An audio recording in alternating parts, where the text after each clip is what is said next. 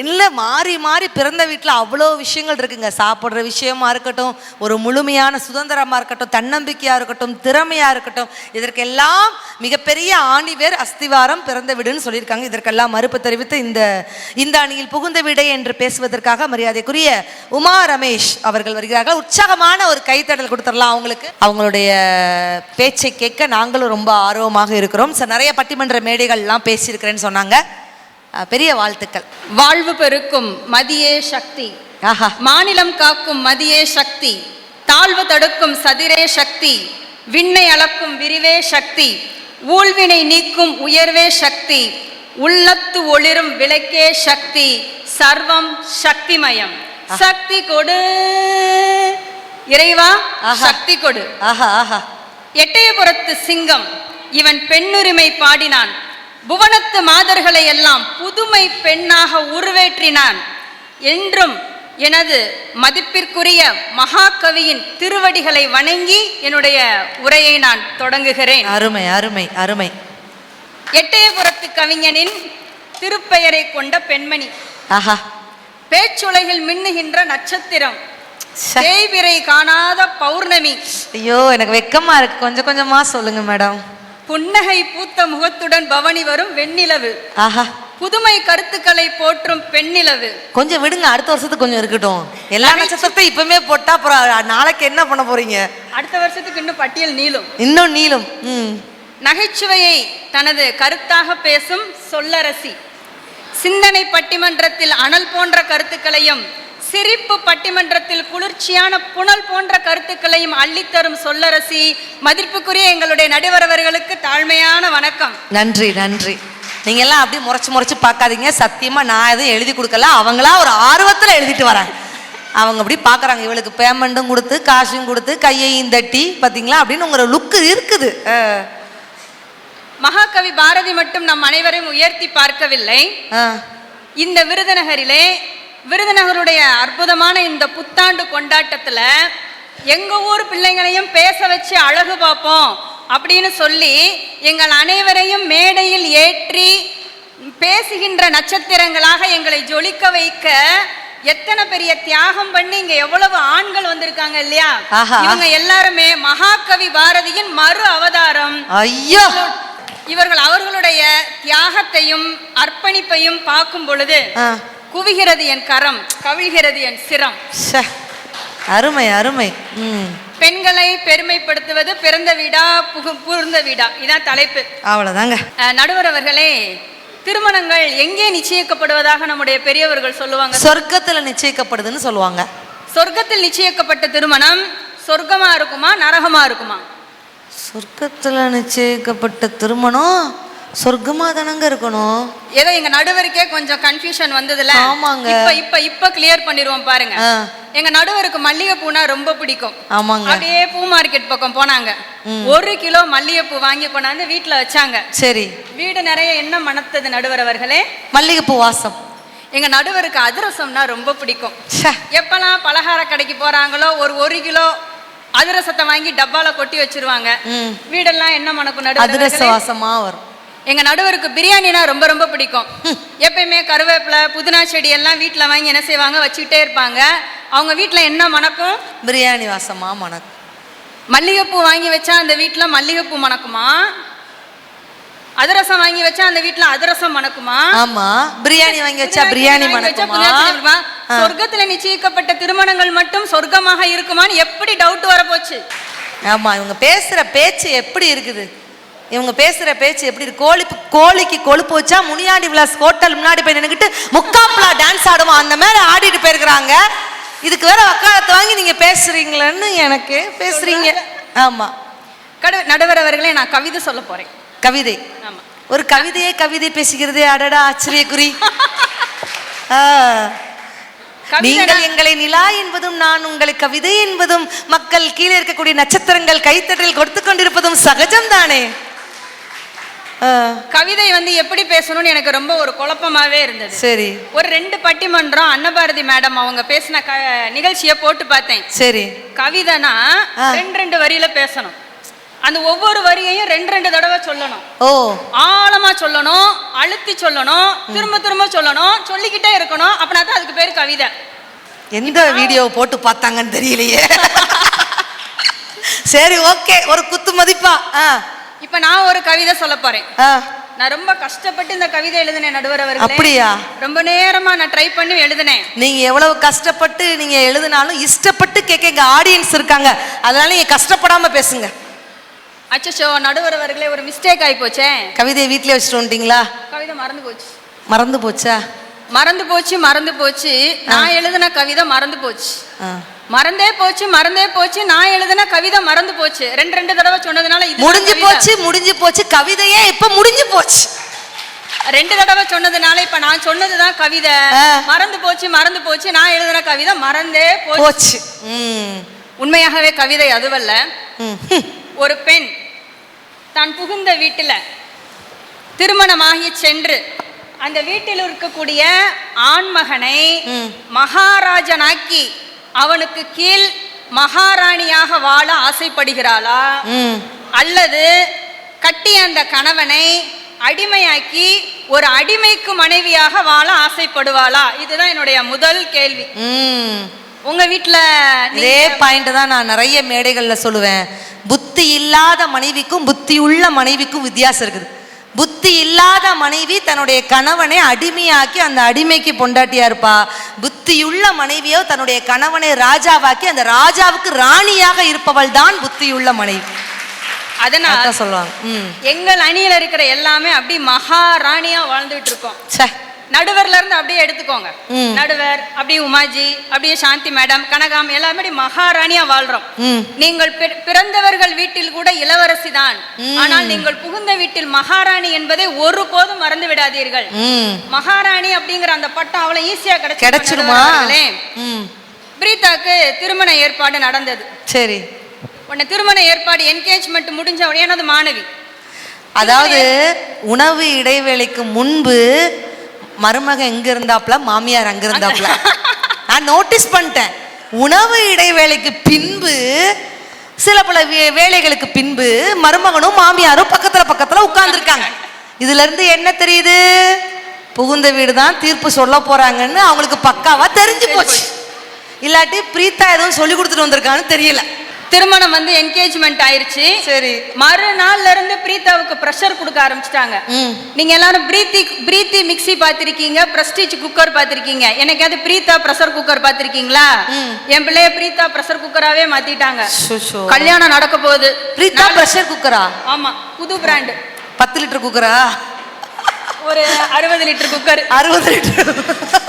சரி, என் வீட்டுல ஒரு குக்கர் இருக்கு, செல்வராஜ் குக்கர். ஓகே, நீ நாளைக்கு இருந்து திருமணம் ஆயிடுச்சு, திருமணம் ஆக போகுது, காஃபி போட கத்துக்கோ. ஓ, சமையல் பண்ண கத்துக்கோ. என்ன ஒரு வன்கொடுமை சட்டத்துல நீங்க உள்ள போறீங்க. ஒரு ஒண்ணும் தெரியாத பச்சை மண்ணு அந்த பிள்ளை முகத்தை பாருங்க, பால் வடியுதுங்க. காஃபி போட சொல்லி கொடுமைப்படுத்திருக்கிறீங்க. திருமண ஏற்பாடு தொடங்கின உடனேயே சரி, நீ காஃபி போட கத்துக்கிடணும், சமையல் பண்ண கத்துக்கிடணும், மாமனார் மாமியாருக்கு சேவை செய்ய கத்துக்கிடணும், குழந்தனாரு நாத்தனாரு கொடுக்குற டார்ச்சருக்கெல்லாம் பதில் சொல்ல கத்துக்கிடணும், கூடவே கணவனையும் நல்லா பார்த்துக்கவும் செய்யணும். ஒரு டிகிரி படிக்கிறதுக்கு, ஒரு டிகிரி கிடைக்கிறதுக்கே 3 வருஷம் படாத பாடுபட்டு கத்துக்க வேண்டியிருக்கு, படிக்க வேண்டியிருக்குது. திருமதிங்கிற பட்டம் கிடைக்கிறதுக்கு எவ்வளவு தயாரிப்பு பணிகள் செய்ய வேண்டியிருக்கு பாத்தீங்களா? இந்த திருமதி பட்டம்னு வந்த உடனே நான் ஒரு சமீபத்தில் ஒரு கவிதையை படித்தேன். பயங்கரமாக எனக்கு மனசை தாக்குதுச்சு. எத்தனை செல்லமாய் வளர்ந்தால் என்ன, எத்தனை சோம்பேறியாய் வளர்ந்தால் என்ன, அத்தனைக்கும் முற்றுப்புள்ளி வைத்து விடுகிறது திருமதி என்ற பதவி. உண்மை உண்மை உண்மை உண்மை. பத்தியா, அந்த திருமதின்னு எனக்கு அந்த கவிதை ஞாபகத்துக்கு வருது. சரி, எங்களுடைய எல்லா பட்டிமன்றத்திலையும் கலந்துக்கிடுவார் நடுவர் அவர்கள். சரி, அவர் எனக்கு ஒரு அழகான ஒரு கருத்து சொன்னார். அம்மாஜி, நீங்க என்ன சொல்றீங்களோ இல்லையோ, இந்த கருத்தை இன்னைக்கு நீங்க மேடையில நீங்க சொல்லியே ஆகணும். சரி, அன்னபாரதி மேடம் முன்னாடி இந்த கருத்தை நீங்க சொன்னீங்கன்னா எனக்கு இன்னும் கொஞ்சம் ஆனந்தமா இருக்கும்னு சொன்னாரு. இப்பதான் எழுதி கொடுத்தாரு நடுவர் அவர்கள். சரி, என்ன எனக்கு ஆவலா இருக்குது கேட்க.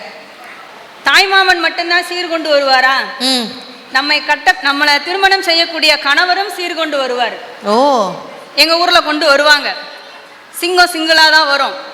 உண்டியா எப்படி கொண்டு வருவாங்கன்னா, நம்முடைய கணவன்மார்கள் நமக்கு நட்டு நட்டா நகை கொண்டு வரணும்னு அவசியம் இல்ல. சரி.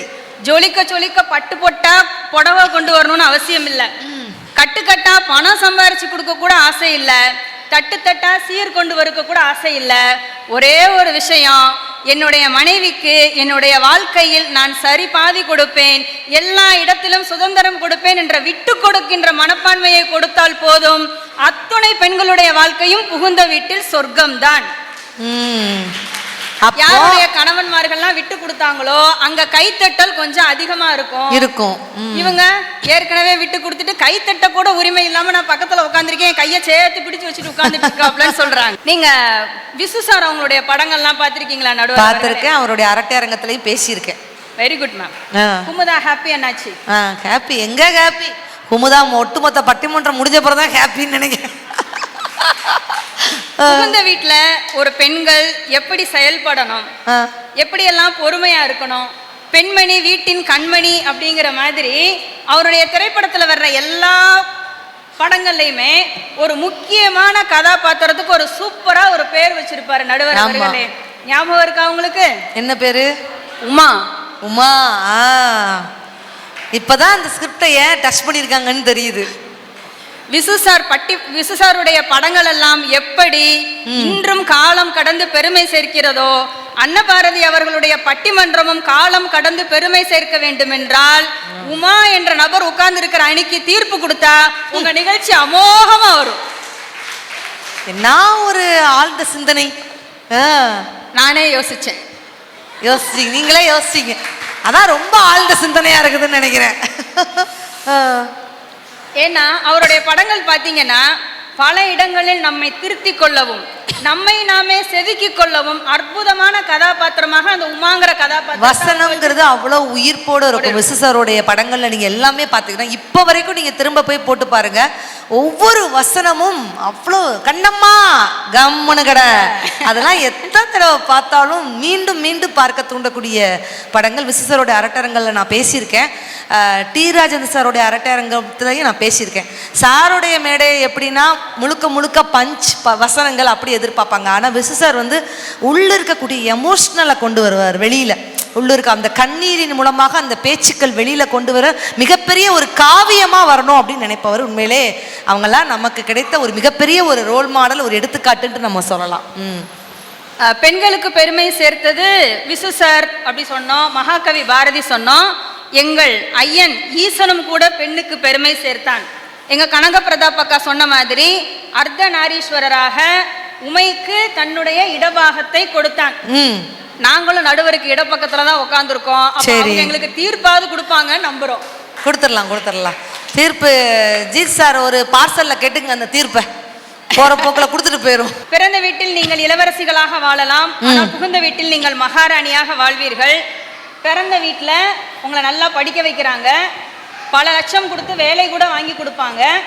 என்னுடைய பெண்ணுக்கு ஒரு பொருளாதார சுதந்திரம் வேண்டும் அப்படின்னு சொல்லி அவங்க கண்டிப்பா உங்களுக்கு ஒரு வேலை வாய்ப்பும் வாங்கி கொடுக்குறாங்க. இந்த வருமானம் அனைத்தும் ஒரு கட்டத்துல எங்க பயன்படுது அப்படின்னா புகுந்த வீட்டுக்கு தான் பயன்படுது. அழகிய தமிழ் மகளாக பிறந்து சில சமயம் ஏடிஎம் மிஷினாகவே கூட வாழ வேண்டிய நிலை இன்றைய பெண்களுக்கு உண்டு. ஆனாலும் சில வீட்டில் ஒரு தாய் தகப்பன்ல யாராவது ஒருத்தர் தான் இருப்பாங்க. அந்த குழந்தைகளுக்கு கல்வி கிடைக்கிறதுக்கு கூட வாய்ப்பு இல்லை. பிறந்த வீட்டில் கிடைக்காத அந்த கல்வியை கூட இன்றைய தலைமுறையினர் புகுந்த வீட்டுல வந்து மிக அழகாக பெற்று தன்னுடைய புகுந்த வீட்டிற்கு இன்னும் பெருமை சேர்க்கிறாங்க. அருமை அருமை அருமை. இது நிறைய பார்த்திருக்கோம். ஏன்னா அதிக உதாரணங்கள். முந்திதான் அடுப்பு ஊதும் பெண்களுக்கு படிப்பதற்குன்னு சொன்னாங்க. அடுப்பு ஊதுற பெண்களுக்கு படிப்பதற்குன்னு பேசுன நேரத்திலையும் அடுப்பையும் ஊதுங்க, கூடவே நல்லா படிப்பும் இருங்க. நீங்க அடுப்பு ஊதுறத கூட யூடியூப்ல எடுத்து போட்டு அதுல நீங்க ஒர்க் ஃப்ரம் ஹோமா ஏர்ன் பண்ணுங்கிற விஷயமும் இன்னைக்கு இந்த சமுதாயத்துல நடந்துகிட்டு தான் இருக்கு. நிறைவாக எங்களுடைய விருதுநகர்ல இந்த ஊருக்கு வந்து பெருமை சேர்த்த பெண்களும் இருக்கிறார்கள், இந்த ஊர்ல இருந்து வெளியே சென்று பெருமை சேர்த்த பெண்களும் இருக்கிறார்கள், இந்த ஊரிலேயே பிறந்து இந்த ஊரிலேயே நாங்கள் இன்னும் பெருமையாக வாழும் சில பெண்களும் இருக்கிறார்கள். எங்களுடைய குழந்தை விருதுநகர்ல மிக சிறப்பாக கல்வி பயின்று இன்னைக்கு அவங்க சென்னைக்கு திருமணமாகி போய் அந்த குடும்ப புகுந்த வீட்டினுடைய முன்னேற்றத்தினால் ஒரு லேர்னிங் சென்டர் ஆரம்பிச்சு விருதுநகர் பெண்கள்லாம் மாசு அப்படிங்கிற மாதிரி ஒரு அற்புதமான கல்வி நிறுவனம் தொடங்கி இருக்காங்க. இதுக்கு சப்போர்ட் புகுந்த வீடு கணவர். வேற்று ஊர்ல இருந்து எங்க ஊருக்கு வந்து நாங்க அவங்களை எப்பயுமே சொல்லும் போது தூத்துக்குடி தந்த முத்துன்னு சொல்லுவோம்.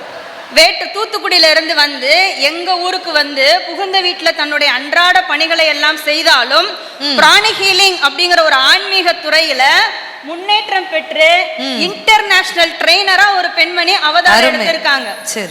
இன்டர்நேஷனல் ட்ரெயினர்ஷிப் அப்படிங்கிறது அவ்வளவு சுலபம் அல்ல. அந்த மாமனும் மாமியும் எத்தனை உத்வேகம் கொடுத்திருந்தால் அந்த பெண்ணுக்கு அவ்வளோ பெரிய பொறுப்பும் பதவியும் கிடைச்சிருக்கும். கன்னிகாதானத்தை பத்தி குமுதாக்கா ரொம்ப நல்லா சொன்னாங்க. என்ன நீங்க அம்மா அப்பா தான் தியாகி தியாகின்னு சொல்றீங்க? நான் ஒரு விஷயம் சொல்றேன் நடுவர் அவர்களே. அருமை பெருமையா ஒரு ஆம்பளை பிள்ளைய பெத்து அதை நல்ல பாலும் தேனுமா ஊட்டி வளர்த்து அந்த பிள்ளைக்கு படிப்பறிவெல்லாம் கொடுத்து நல்ல பழக்க வழக்கத்தை எல்லாம் சொல்லி கொடுத்து கல்யாணங்கிற தருணம் வரும் பொழுது இந்தாமா வச்சுக்கோன்னு கொடுக்கிற மிகப்பெரிய தியாகிகள் நீங்க 2 பேரை திருமண மண்டபத்துல பார்க்கலாம். யார் அது? மாமனார் மாமியார் தான். அவங்க மட்டுமா, பெற்றோர்கள் மட்டுமா என்னுடைய பெண்ணை வச்சுக்கோன்னு சொல்லி தியாகம் பண்றாங்க? இன்னைக்குல இருந்து மிக்சி ஆகவோ கிரைண்டர் ஆகவோ வாஷிங் மிஷின் ஆகவோ என்ன ஒரு உதவிக்கு வேணுமோ நீ என் பிள்ளை என்ன செஞ்சுக்கோ வச்சுக்கோன்னு சொல்லி கொடுக்கிற அற்புதமான தியாகிகள் என்னுடைய மாமனும் மாமியும். அவங்க காலில் தினம் தினம் உழணும் நடுவரவர்களே. நல்ல ஆஸ்வாசமா என்ன செய்யணும்? விழுந்து கும்பிடணும். எப்பேற்பட்ட பிள்ளையை பெற்று கொடுத்ததுனால இன்னைக்கு நான் இங்க நின்று பேசிட்டு இருக்கேன். ஒருவேளை பழக்க வழக்கத்துல குறைபாடு உள்ள ஒரு பிள்ளைய கொடுத்திருந்தா இந்நேரம் கண்ணீரும் கம்பளையுமா தான் என்ன செஞ்சிருக்கணும்? நின்றுக்கணும். அவ்வளவு நல்ல குணங்களை சொல்லி கொடுத்து அந்த குழந்தைக்கு பேச்சு சுதந்திரம் கொடுத்திருக்கிறார், ஆடை சுதந்திரம் கொடுத்திருக்கிறார், கல்வியில் சுதந்திரம் கொடுத்திருக்கிறார்.